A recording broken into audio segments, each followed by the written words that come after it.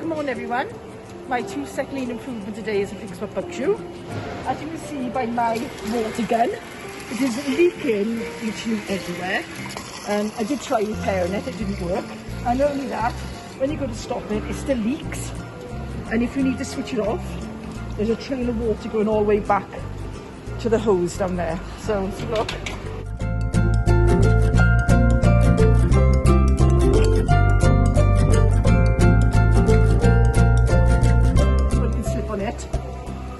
So the aim is to actually have one of these on and to stop that from happening.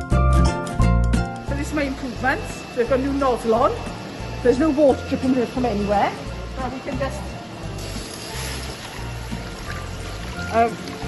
so we've got no water spraying into this tank or spraying on the floor. It's actually just stayed in one area. So thank you for watching.